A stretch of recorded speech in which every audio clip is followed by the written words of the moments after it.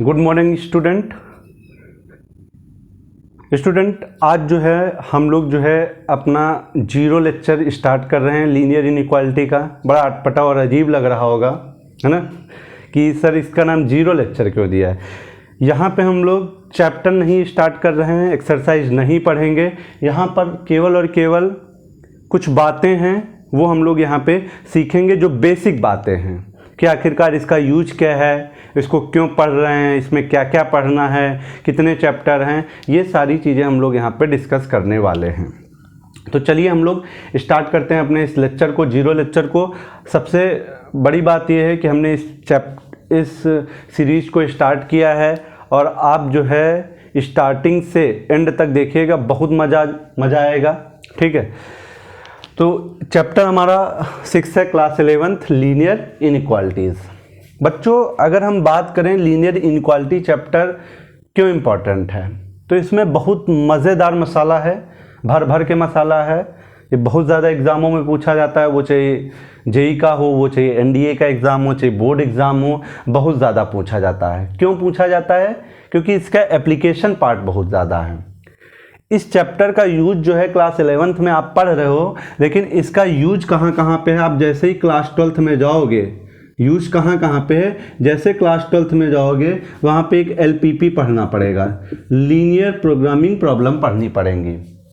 ठीक है, वहाँ पे इसका भर भर के यूज़ है। Application of derivative class 12th में पढ़ोगे, वहाँ पे आपका क्या है, मैक्सिमा और मिनिमा दो पार्ट पढ़ते हो, और साथ में क्या पढ़ते हो, इंक्रीजिंग पढ़ते हो, डिक्रीजिंग पढ़ते हो,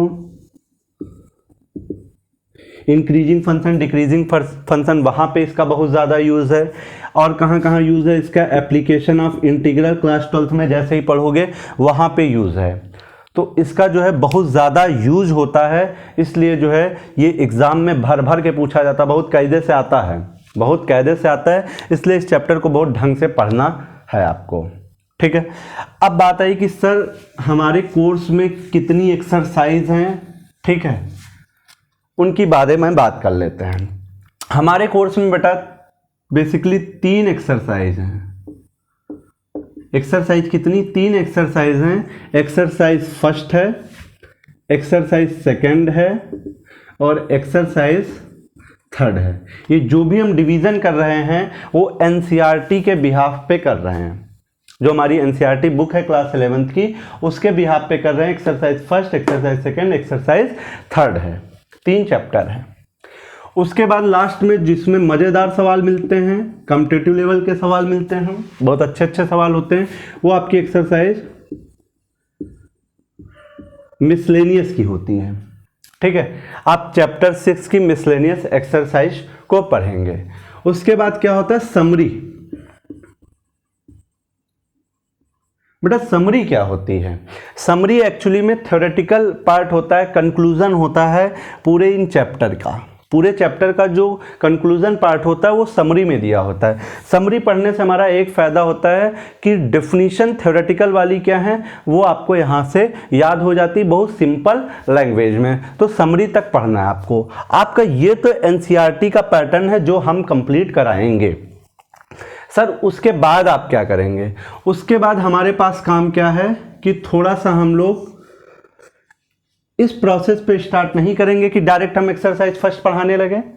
हम जो स्टार्ट करेंगे सबसे पहले क्या देखेंगे, कॉन्सेप्ट इसका देखेंगे क्या है, और विद एग्जाम्पल, एग्जाम्पल के साथ हम लोग इस चैप्टर का कॉन्सेप्ट पूरा देखेंगे। उसके बाद हम लोग यहाँ पे जब ये चैप्टर सारे एंड हो रहे होंगे, मिसलेनियस तक हम सीख चुके होंगे, उसके बाद यहाँ पे हम लोग प्रीवियस ईयर के जो है वो एनडीए के एग्ज़ाम में जो सवाल आए हैं और कहाँ पे आए हैं, जेई के सवाल में जो भी सवाल पूछे गए हों, और एक एग्ज़ाम है AKTU, Abdul Kalam technical university, जिसको हम लोग पहले UPTU के नाम से जानते थे, लेकिन अब इसका नाम जो है AKTU पड़ गया है। ठीक है, तो हम ये सारी चीज़ें अपने इस क्लास में, इस सीरीज में सीरीज के एंड तक पूरी कंप्लीट करेंगे, बहुत बेहतरीन तरीके से कंप्लीट करने वाले हैं, इसलिए आप लोग लास्ट एंड तक बने रहिएगा। तो हमने यहाँ पे दो चीज़ें सीख ली कि हमारे एक्सरसाइज कितनी है, हमें क्या क्या पढ़ना है, और दूसरी चीज़ क्या सीखी कि इसका यूज क्या है, यूज कहाँ कहाँ, 12th क्लास में इसका बहुत ज़्यादा यूज़ है, इसलिए इसको आप बहुत ढंग से पढ़िएगा। अब बात आई कि सर इसकी डिफिनीशन क्या होती है इनइक्वालिटी की। इनइक्वालिटी की डिफिनीशन क्या होती है, टू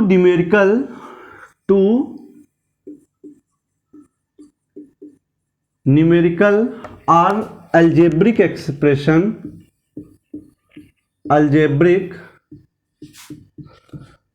expression are connected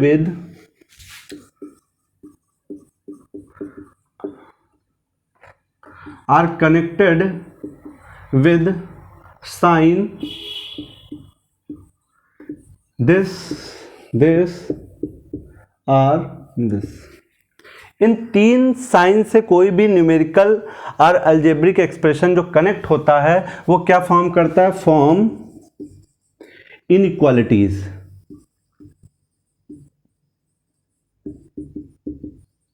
वो हमारा इनइक्वालिटीज फॉर्म करता है।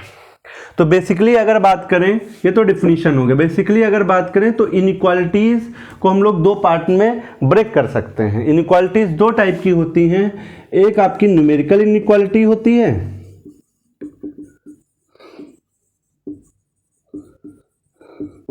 एक न्यूमेरिकल इनइक्वालिटीज कर लो, एक न्यूमेरिकल टाइप की इनइक्वालिटीज होती हैं, और दूसरी जो हैं वो आपकी लिटरल इनइक्वालिटीज होती हैं। लिटरल इनइक्वालिटीज क्या होती है, जहां पे वेरिएबल मौजूद होता है। न्यूमेरिकल इनइक्वालिटी क्या है वो देखो, जैसे हमने कहा कि 3 is greater then 2, 3 is greater then 2, इसको हम रीड कैसे करेंगे, 3 इज ग्रेटर देन 2 रीड करते हैं। और ये कैसी इनइक्वालिटी है, ट्रू इनइक्वालिटी है, ये कैसी इनइक्वालिटी है, ट्रू क्यों है, क्योंकि 3 जो है वो 2 से बड़ा होता है, ये 100% सत्य है, ये यूनिवर्सल ट्रूथ है कि 3 इज ग्रेटर देन 2। लेकिन अगर यहीं पे ये बात लिखा होता 2 इज ग्रेटर देन 3, तो इसको रीड कैसे करते हैं, रीडिंग आनी चाहिए आपको, 2 इज ग्रेटर देन 3। लेकिन ये कैसा है, ये ट्रू इनइक्वालिटी नहीं है, ये फॉल्स इनइक्वालिटी है, ये फॉल्स इनइक्वालिटी, ठीक है, ये गलत बात है, ये यूनिवर्सल ट्रूथ नहीं है। 2 कभी यार 3 से बड़ा हो ही नहीं सकता है, 2 कभी जो है 3 से बड़ा हो सकता है, नहीं हो सकता है, तो ये हमारे पास क्या हो गया, फॉल्स इनइक्वालिटी हो गई। लेकिन अगर लिटरल इनइक्वालिटी की बात करें तो यहाँ पे वेरिएबल मौजूद होगा, जैसे हम एग्जांपल के तौर पे बोले कि अगर लिखा हुआ है x इज ग्रेटर देन 2, इसको रीड कैसे करेंगे, x इज ग्रेटर देन 2। अब यहां पे हम डायरेक्टली देख के नहीं बता सकते हैं कि क्या फॉल्स है क्या ट्रू है, वहां पे कुछ ना कुछ क्वेश्चन में दिया होगा, उसके बिहाफ पे हम लोग कंडीशन दी होगी, उसके बिहाफ पे हम यहां पे बताएंगे कि ट्रू निकलता है या फॉल्स निकलता है। अगर ऐसा लिखा हुआ तो इसको रीड करते हैं, x इज ग्रेटर देन और इक्वल टू 2, ठीक है। इसके आगे बढ़े, अगर ऐसा लिखा हो तो उसको हम लोग बोलते हैं x इज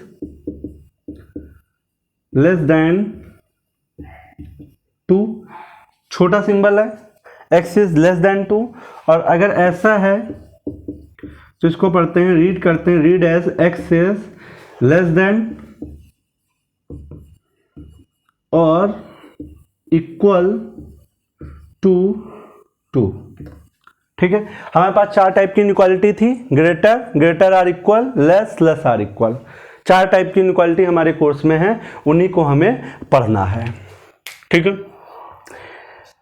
अब इसके आगे की बात करें, आगे हमें क्या देखना है वो चीज ध्यान दें कि जो लीनियर इनइक्वालिटी है उसमें क्या क्या सर पढ़ना है हमें, लीनियर इनइक्वालिटी में हमें पढ़ना क्या क्या है। उनको समझते हैं। बेटा लीनियर इनइक्वालिटी में दो चीजें आपको पढ़नी है। लीनियर इनइक्वालिटी में आपको दो चीजें क्या क्या पढ़नी है? Linear inequality in single variable पढ़ना है, लीनियर इनइक्वालिटीज कर लो इन सिंगल वेरिएबल, ठीक है। Linear inequality in single variable पढ़ना है, और दूसरा जो पढ़ना है linear inequality in two variable, linear inequality qualities in two variable. एक मिनट रुकिएगा, आप वेट करो। दूसरा आपको पढ़ना है लीनियर इनइक्वालिटीज इन टू वेरिएबल। अब ध्यान दे इधर, जैसे इक्वेशन में आप लोग क्या करते थे, हमारे पास लिखा हुआ 2x इज इक्वल टू 6, तो ये एक इक्वेशन होती थी क्योंकि इक्वल का साइन इन्वॉल्व है, तो यहां से दोनों साइड क्या करते थे, 2 से डिवाइड करते थे, 2x/2 equal to 6/2, 2 cancel, x equal to क्या आ गया 3। ऐसा नहीं होता है जो आप लोग रूल पहले पढ़ते थे कि 2 नीचे चला जाता है, 2 नीचे नहीं जाता है। उसकी प्रोसेस ये होती है कि दोनों साइड हम लोग 2 से क्या करते हैं, डिवाइड करते हैं। यहाँ पे जो है चीज़ों को सीखेंगे अभी डिटेल में कैसे काम करते हैं हम। तो यहाँ पे हम लोग क्या किया, इक्वेशन थी उसको हमने सॉल्व किया, 3 निकाल लिया। तो 3 क्या है, 3 जो है इस इक्वेशन का सोल्यूशन है। वैसे हमारे पास इक्वेशन में क्या है, इक्वल लगा हुआ है, इनइक्वालिटीज में 4 साइन है वो लगे होंगे, तो वहाँ पे भी सोल्यूशन निकलता है, वहाँ पे भी क्या निकलता है, सॉल्यूशन निकलता है। हमारे पास क्या निकलेगा, सॉल्यूशन मिलेगा।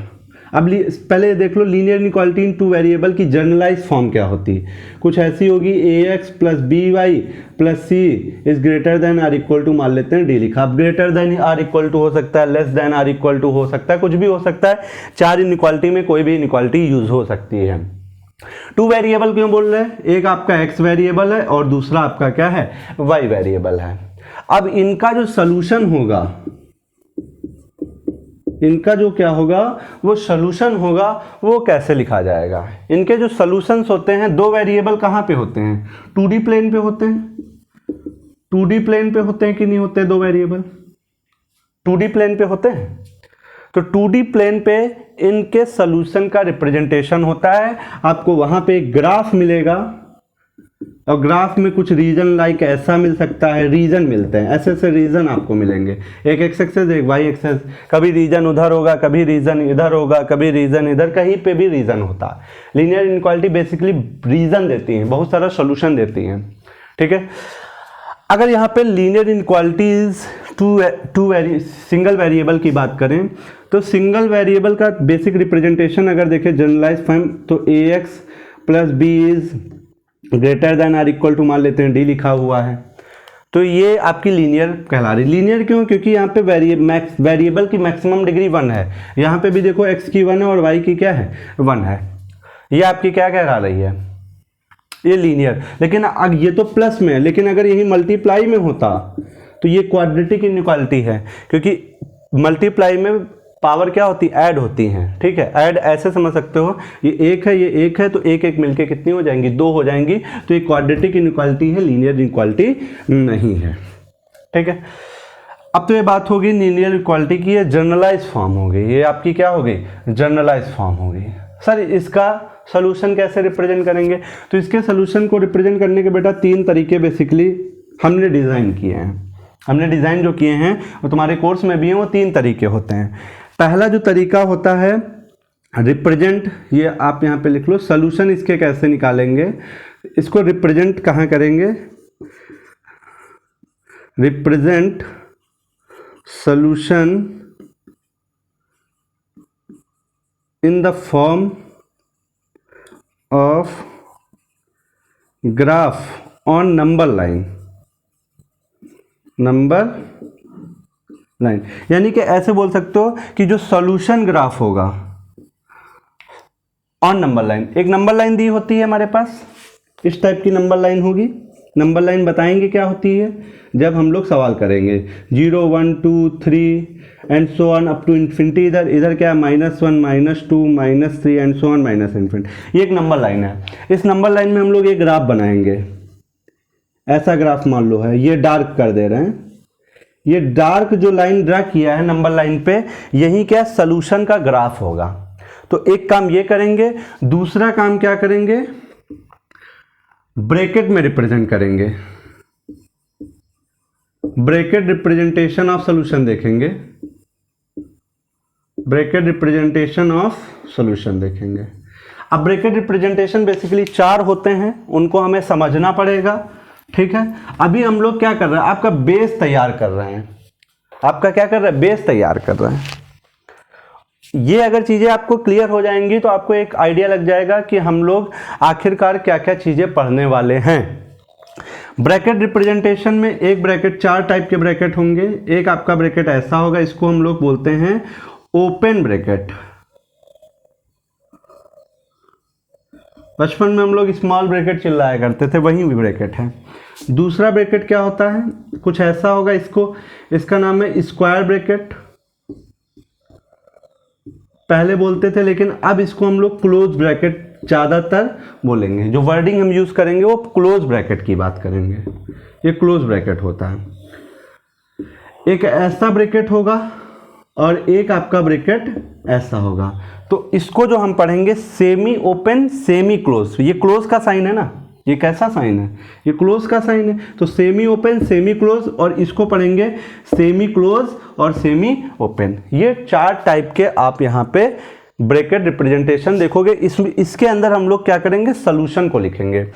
और जो थर्ड पार्ट होता है, थर्ड पार्ट हम लोग देखेंगे कि सेट थ्योरी के भी, आप जैसे सेट बिल्डर फॉर्म के में कैसे रिप्रेजेंट करते हैं। ये आपके लीनियर इनइक्वेशन को जो है 3 पार्ट में इसके सॉल्यूशन का रिप्रेजेंटेशन करेंगे। एक नंबर लाइन पे करेंगे, नंबर लाइन पे करेंगे, और दूसरा किस पे करेंगे, ब्रैकेट रिप्रेजेंटेशन, और तीसरा आपका क्या करेंगे, सेट रिप्रेजेंटेशन करेंगे। अब बात आई कि सर थोड़ा सा रिवीजन करवा दो क्या क्या पढ़ा है। तो सबसे पहले हमने देखा कि चैप्टर बहुत ज़्यादा इंपॉर्टेंट हुआ करता है। क्यों चैप्टर इंपॉर्टेंट है, क्योंकि ये भर भर के एग्ज़ामों में पूछा जाता है। वो चाहिए जेई का हो, वो चाहिए एनडीए का हो, सारे एग्ज़ामों में पूछा जाता है, बहुत भर भर के पूछा जाता है। हमेशा लोटा लिए खड़ा ही रहता है, पहुंच जाता है हर जगह पे। ठीक है, 12th में हमने बताया कि इसका क्या क्या यूज़ है। एप्लीकेशन ऑफ डेरिवेटिव में इंक्रीजिंग फंक्शन पढ़ेंगे, डिक्रीजिंग फंक्शन, मैक्सिमा मिनिमा वहाँ पे यूज़ होता है। एप्लीकेशन ऑफ इंटीग्रल में यूज़ होगा। इसका एप्लीकेशन पार्ट बहुत ज़्यादा है। लीनियर प्रोग्रामिंग भी इसी का एप्लीकेशन है। ठीक है, तो ये सारी चीज़ें वहाँ पे हम लोग देखते हैं। और किताब में तो ये भी लिखा है इकोनॉमिक्स में यूज़ होता है। अब हमें नहीं मालूम कैसे यूज़ होता है, किताब में लिखा हुआ है कि वहाँ पे भी यूज़ होता है। तो एक पार्ट देखा कि मेरा 12th में इसका किस तरह से यूज है। दूसरी चीज़ हमने क्या देखी, दूसरी चीज़ क्या देखी कि ये जो चैप्टर है कितनी एक्सरसाइज में डिवाइड था। तो 3 एक्सरसाइज थी, एक मिसलेनियस है और समरी है। उसके बाद मैंने बताया था कि जो हम स्टार्ट करेंगे वो बेस से स्टार्ट करेंगे, बेस विद एग्जाम्पल। ठीक है, हम लोग इसका क्या करेंगे, एक फाउंडेशन तैयार कर रहे हैं। ये चैप्टर हम पूरा काम क्या कर रहे हैं, अभी फाउंडेशन तैयार कर रहे हैं। उसके बाद हमने क्या देखा कि लीनियर इनइक्वालिटी बेसिकली 2 टाइप से डिवाइड किया गया। कोई भी इनइक्वालिटी होती है 2 टाइप से डिवाइड होती है। एक क्या होती है, लिटरल इनइक्वालिटीज़ होती हैं, और दूसरी इनइक्वालिटीज़ क्या होती है, न्यूमेरिकल होती हैं। और इन दोनों में भी क्या होती है, इनइक्वालिटीज़ या तो ट्रू हो सकती है या तो फॉल्स हो सकती है। 4 टाइप की इनइक्वालिटी बताया, ग्रेटर, लेस, ठीक है, एक्सेट्रा एक्सेट्रा। अब बात आई यहाँ पे हमने देखा लीनियर इनइक्वालिटी को ये लीनियर इनइक्वालिटी 2 पार्ट में डिवाइड हुआ है। एक सिंगल वेरिएबल, एक डबल वेरिएबल, जो आपके कोर्स में है। ठीक है, उसके बाद देखा कि हमारे पास काम क्या करना है कि जो भी इनइक्वालिटी उनके सोल्यूशन को रिप्रेजेंट करना है। सोल्यूशन को क्या करना है, रिप्रेजेंट करना है। तो जो 2 वेरिएबल वाली इनइक्वालिटीज होंगी उनका केवल और केवल ग्राफिकली रिप्रेजेंटेशन होता है 2D प्लेन पे। और यहाँ पे क्या होगा, ग्राफिकली रिप्रेजेंटेशन होगा, नंबर लाइन पे होगा, ब्रैकेट में होगा और सेट पे होगा। अब बात आई कि सबसे बड़ा मुद्दा होता है कि सर इस चैप्टर को पढ़ क्यों रहे हैं, सर इस चैप्टर को पढ़ क्यों रहे हैं। 1 मिनट रुकिएगा। सर इस चैप्टर को पढ़ क्यों रहे हैं, तो पढ़ने का रीज़न आपको सिखाते हैं कि आखिरकार चैप्टर को पढ़ क्यों रहे हैं।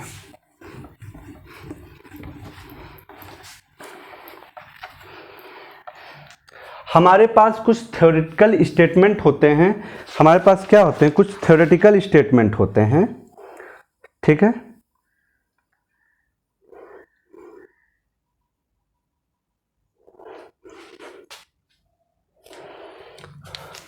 ध्यान देना, हमारे पास कुछ थ्योरेटिकल स्टेटमेंट होते हैं, लाइक हम एक एग्जांपल से दिखा रहे हैं आपको। हमारे पास एक रेक्टेंगल है जिसकी लेंथ क्या है 3 है और इसका एरिया कितना है 6 है और इसकी ब्रेड्थ हमें फाइंड आउट करना है, ठीक है। एक ऐसा रेक्टेंगल है जिसकी लेंथ 3 है और एरिया 6 है, तो उसकी ब्रेड्थ निकालो। ये एक आपका क्या है, पूरा एक थ्योरेटिकल स्टेटमेंट है। ये क्या है,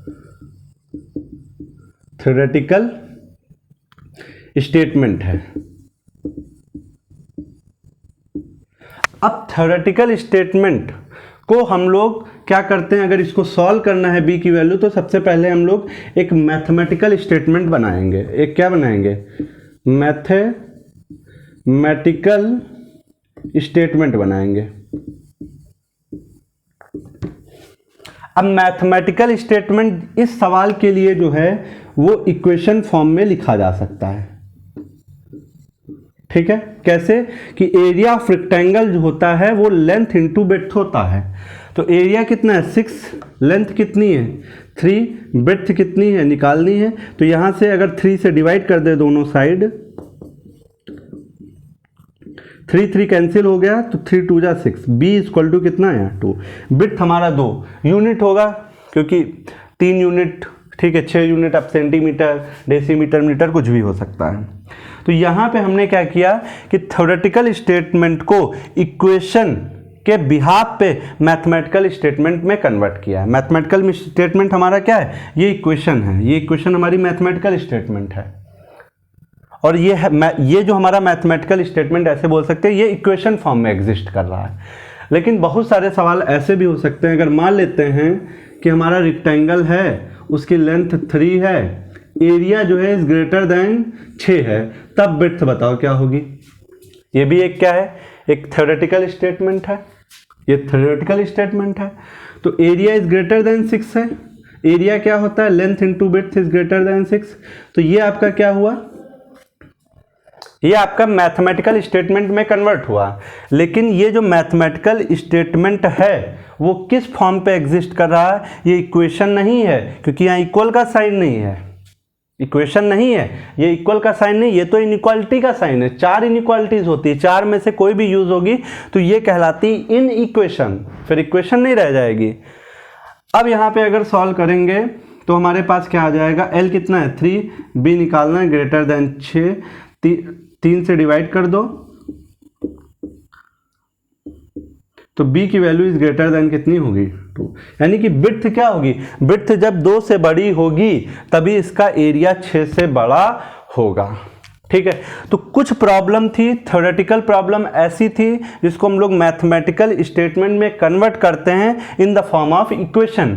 लेकिन कुछ थ्योरेटिकल स्टेटमेंट ऐसे होते हैं जिसको हम इन इक्वेशन की फॉर्म में, इक्वेशन की फॉर्म में नहीं लिख सकते हैं। जैसे हमने यहाँ देखा कि एरिया इज ग्रेटर देन 6 है, तो हम उनको क्या करते हैं, इन इक्वेशन के फॉर्म में लिखते हैं। तो इसलिए हमारा यूज हुआ। जैसे हमने बोला कि आपके स्कूल में जितने भी बच्चे हैं उनको हम मान लेते हैं x है।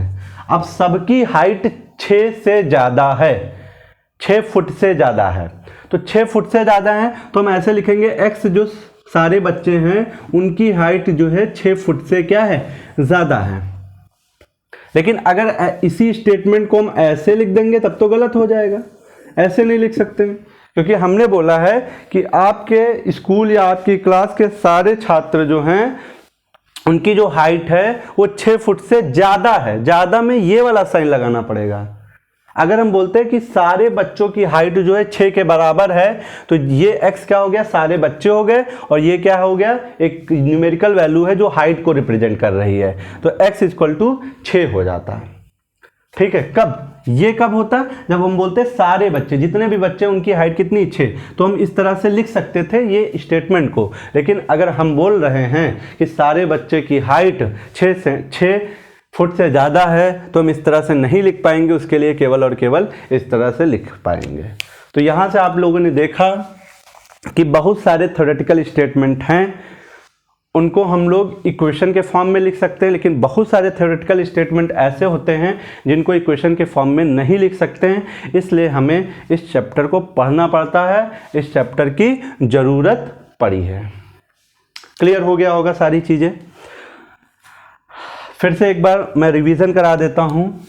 इस लेक्चर की एंडिंग यहीं पे हो रही है। हमारा 0 लेक्चर था, इसमें मैंने सवालों को नहीं पढ़ाया है, हमने केवल और केवल क्या है इंट्रोड्यूस किया है कि आखिरकार हम लोग चैप्टर में करने वाले क्या हैं। सबसे पहले हमने क्या देखा कि इसका यूज क्या है। यूज हमने देखा कि 12th में इसका बहुत ज़्यादा यूज़ है, 4 चैप्टर में तो ज़्यादातर यूज़ होता ही। Application of integral, application of derivative, linear programming और भी बहुत सारी जगह पे होता है, एपी जीपी सीक्वेंस सीरीज, ठीक है, यहाँ सब जगह पे इसका यूज़ होता है। भर भर के पूछा जाता है, इसलिए बहुत ज़्यादा यहाँ पे क्या है इंपॉर्टेंट है। फंक्शन में भी पूछा जाता है। देखो लीनियर इनइक्वालिटी एक ऐसा चैप्टर है, सबसे इंपॉर्टेंट क्या, इनइक्वालिटी। इनइक्वालिटी नहीं आता है तो काम नहीं कर पाएंगे, इनइक्वालिटी नहीं आता है तो काम नहीं कर पाएंगे। दूसरा चीज़ देखा, हमारा जो पूरा चैप्टर है वो 3 एक्सरसाइज में डिवाइड है, एक्सरसाइज फर्स्ट, सेकेंड, थर्ड। उसके बाद मैंने कहा है कि मिसलेनियस बहुत ज़रूरी है लगाना कॉम्पिटिटिव एग्जाम के लिए, बोर्ड एग्ज़ाम के लिए। उसके बाद हमें समरी देखना है। समरी से ये फ़ायदा होगा कि आपकी थ्योरेटिकली पार्ट बढ़िया से क्लियर होगा, जो डेफिनेशन आई हैं वो सारी क्लियर हो जाएंगी। हमने कहा कि हम एक्सरसाइज से डायरेक्ट चैप्टर नहीं स्टार्ट करेंगे, हम लोग पहले कॉन्सेप्ट पढ़ेंगे विद एग्जाम्पल, एग्जाम्पल के साथ में, और जब चैप्टर पूरा एंड हो रहा होगा, मिसलेनियस समरी सब सिखा चुके होंगे, तो उसके बाद हमारे पास क्या आ जाएगा, जो प्रीवियस ईयर एनडीए है, जेई है, एकेटीयू के जो सवाल हैं या बीएचयू के जो सवाल हैं, उन सारे सवालों को हम लोग यहाँ पे डिस्कस करेंगे। उसके बाद हमने देखा कि इनइक्वालिटी जो है उसको 2 पार्ट में डिवाइड किया गया, एक न्यूमेरिकल इनइक्वालिटीज़ होती हैं, एक लिटरल इनइक्वालिटीज़ होती हैं, उनको सीखा हमने। उसके बाद हमने कहा कि हमारे कोर्स में जो है लीनियर इनइक्वालिटी 2 टाइप की हैं, एक सिंगल वेरिएबल में है और दूसरी क्या है, डबल वेरिएबल में है। सिंगल वेरिएबल को हमने कहा 3 पार्ट में उनके सोल्यूशन को क्या करते हैं, रिप्रेजेंट करते हैं। एक आपका क्या है, ग्राफ ऑन नंबर लाइन, दूसरा क्या है, ब्रैकेट रिप्रेजेंटेशन, तीसरा क्या है, सेट है। जबकि जो डबल वेरिएबल है उनको केवल और केवल ग्राफिकली, वो भी 2D प्लेन पे कर सकते हैं, ठीक है। और यहाँ पे एक चीज़ चर्चा करना भूल गए, उसको भी बता देते हैं। हमारे कोर्स में जो इनइक्वालिटीज़ हैं, लीनियर इनइक्वालिटीज़ हैं। हमारे कोर्स में क्या हैं, लीनियर इनइक्वालिटीज़ हैं। हम इसकी केवल बात कर रहे हैं, लीनियर इनइक्वालिटीज़ हैं, लेकिन हमें लीनियर तक ही सीमित नहीं रहना, इससे काम नहीं चल पाएगा मेरा। हमारा एक काम चल पाएगा क्वाड्रेटिक से, क्वाड्रेटिक इनइक्वालिटीज़ पढ़ना है, और क्या पढ़ना है, क्यूबिक पढ़नी है, और इसी में आगे जोड़ेंगे बाई क्वाड्रेटिक, पावर 4 जिसकी होती है, बाई क्वाड पढ़ना है, ठीक है। इससे भी काम चलेगा नहीं कॉम्पिटिटिव एग्जाम में, ठीक है। कॉम्पिटिटिव एग्जाम में आपको लॉगरिथमिक फंक्शन हुआ, एक्सपोनेंशियल फंक्शन हुआ, इन सारे चैप्टर की इनइक्वालिटी के बारे में पढ़ना पड़ेगा। इसलिए हमें क्या करना है, अगर कॉम्पिटिटिव एग्जाम पे जा रहे हैं तो मुझे हर एक चीज़ पढ़नी है। और हम लोग फाउंडेशन कोर्स चालू किए हैं, इसका मतलब क्या हुआ, बेस से लेके अंत तक बहुत अच्छे से इस चैप्टर को कवर करना है। तो दोस्तों आप जो है मेरे साथ जुड़े रहिएगा और वीडियो को लास्ट से एंड तक देखिएगा। ये हमारा एक फाउंडेशन था, एक बेस था चैप्टर का, जो हमने आपको यहाँ पे सिखाया है। अब जो है कल जो है हमारा लेक्चर नंबर 1 आएगा। ये हमारा लेक्चर नंबर 0 था। 0 में हमने बेसिक बातें की, चर्चा की।